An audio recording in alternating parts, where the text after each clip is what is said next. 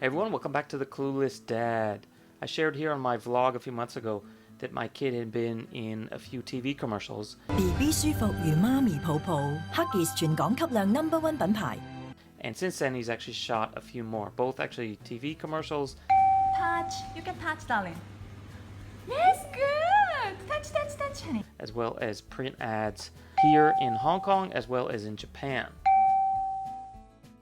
So I wanted to put all my experience and advice down in vlog format because I've had a couple people asking me how it works, how did we get started, what's our experience been. So anyway, this is part one.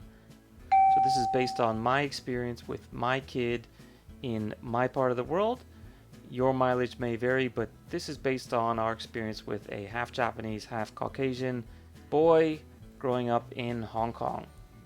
And one other caveat, I'm going to focus on babies. So I'm not talking about older kids who have to be sort of on board with this, but basically babies are unwilling participants, and so it's really up to you as the parent to do everything, and the kid's basically along for the ride. So that's what I'm going to focus my attention on here. So first, let me summarize how the whole process works. This is basically similar to how any kind of casting job works for adults, but somewhat specialized for babies. So first, step one, a job is born. When a brand or a marketing agency working for a brand has a commercial under the planning stage that requires kids or kids together with their parents, they contact some modeling agencies or casting agents to find the right talent.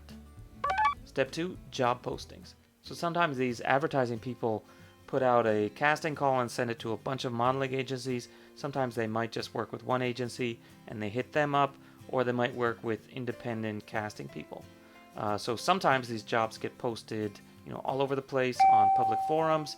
Sometimes the agency who gets them might just reply with some specific candidates. Really depends on the job and the client. So there's a whole bunch of jobs out there that you never have a chance to see, but once in a while you'll get a chance to see one and then you can apply for it. Also keep in mind that they don't usually give out very many details. They'll give details on what they need, like how tall or how old or what race, etc., but they won't give very much information about the job itself. So they won't tell you who the client is. They won't tell you even necessarily if it's a TV commercial or print ad. They'll basically just tell you what they need, and then maybe they'll give some information on how long the shoot would be, maybe when it would be, general date ranges, like shooting next month, 8-hour shoot for $50 an hour or something like that. So that's basically the only information you're going to get. So once you get that information, if you do apply for it, there's usually some contact information. They might tell you exactly what they want, send certain kind of photos. Once you submit that, they'll maybe ask you for some more information, and then they'll say, okay, we'll get back to you.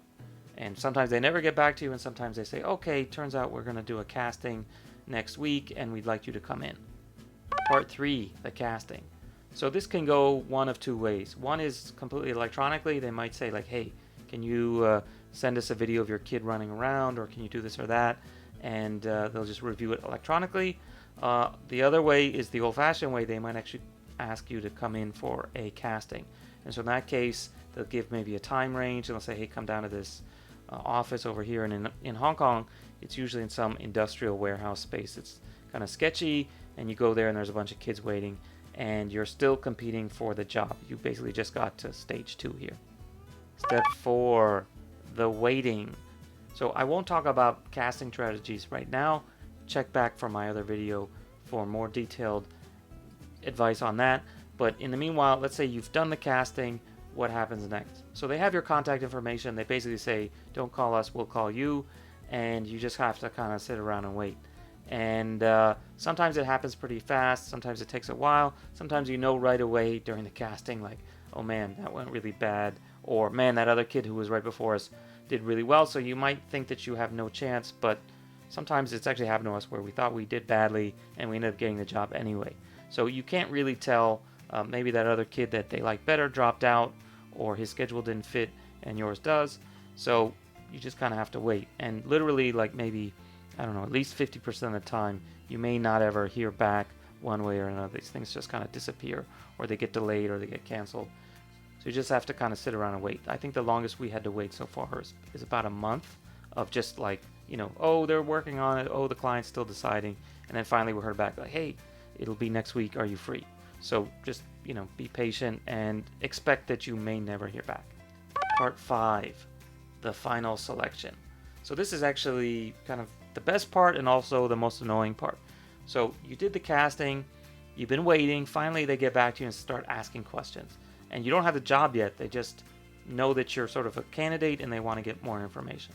So, hey, can you send some more pictures? Or, hey, how does your kid's hair look now? Or, would it be okay if we did this? Or, are you free on that day?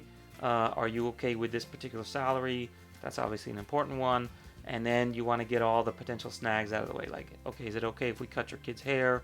Has he ever done an ad for a diaper before? If he's the face of Huggies, obviously Pamper's not going to want to select him. So make sure that that's all cleared up in advance before you get to the final shooting day, obviously. So eventually they'll tell you, okay, you got the job, or sorry, the client picked someone else. It's not the end of the world if you don't get it. If you did get it, congratulations, you're not out of the woods yet. Part 6, the fitting. So pretty much every job we've had has had a fitting in it. So you have to go down to some office with your kid and then get them to try out different outfits on him and take photos because they've picked your kid, but they haven't necessarily decided on what he's going to be wearing. Although I should say that not all jobs require this. For example, we were in a McDonald's commercial that was shot at a playground near our house, and they basically just had our kid wear his natural clothes. Maybe they'll ask you to bring 2 or 3 outfits, but that's basically it. Part 7, the shooting day. So you finally reach the shooting day, except of course you haven't actually reached the shooting day. They say, hey, we're going to shoot sometime next Thursday or Friday. Make sure you're free, but you won't know until probably like Wednesday night which day they're going to shoot and what time and where it's going to be. So you just have to be flexible. You have to keep things open. And even when you find out the day of the shoot, it could easily change. Like literally that morning, they could say, well, instead of coming at noon, come at 3 p.m.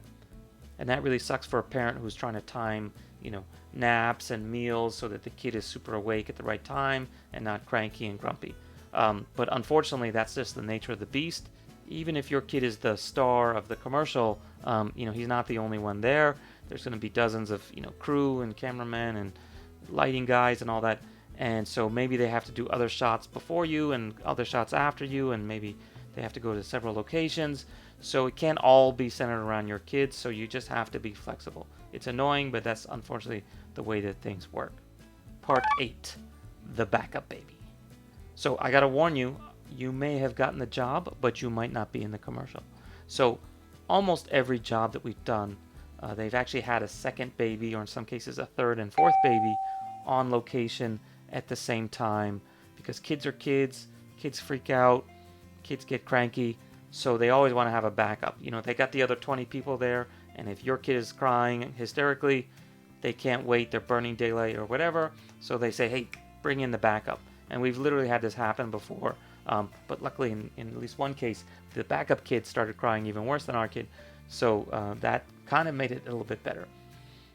In some cases, they might shoot the entire commercial with both kids and then decide which one they like more. So even if you got the job, you think it's all set, you might not actually get the job. So you could very well be cut out of the final commercial. But don't worry, they still pay for the backup kid. Part 9, the ad comes out. So assuming you actually made it into the commercial, you may or may not actually hear when this ad or whatever it is going to come out. In our case, they said, oh, it'll come out by Chinese New Year, but that doesn't really help you. That could be any time in the next 2 months, right? So you just kind of have to keep your eyes and ears open and look around on YouTube, look on TV, and you might be surprised, or you might get a text message like, hey, I saw your kid somewhere. And we've literally had this happen to us multiple times. When we shot our Huggies commercial, my wife saw it like briefly appear on a TV when she was in the airport flying back to Japan, and then I had to search online to see if I could find it, and I turned on the TV, and eventually actually I found it on the YouTube channel of the brand. And the same thing actually happened to me when I was watching YouTube, and this McDonald's ad that my kid was in popped up. We had no idea what he was shooting, and lo and behold, it was part of their big Chinese New Year campaign here in Hong Kong. So you just have to keep your eyes and ears open. Sometimes the agency themselves has no idea when it's coming out, and I was the one that told them. So kind of sucks, but that's just the nature of the industry. Okay, I think that's it for this video, originally I had planned on doing 2 videos. I think this is getting long, so I'm going to split it up into 3 videos.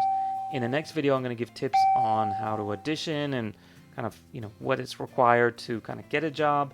And then in the third part, I'm going to share my experience with just dealing with the industry, how does the money work, etc. So look for those coming. I'm going to try to do these once a week, so I got 2 more weeks worth of this stuff. If you're watching this sometime in the future, click down in the end of the video or in the corner up here, and you can jump straight to those after you're done watching this one. Okay, so that's it for today. Hope you guys enjoyed that. If you have any questions, I'm sure there's lots of questions, leave them in the comment section below. I'm happy to answer them. If you enjoyed this video, give us a thumbs up and consider subscribing. I definitely need more subscribers.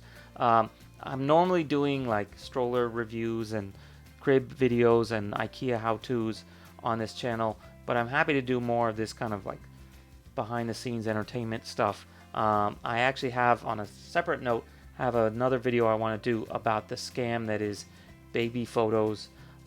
It's a big, huge scam here in Hong Kong, so I wanted to warn everyone about that, so look for that in the coming weeks. Okay, that's it for today. See you guys next time. Bye. Having the stroller with me all the time up in the overhead bin.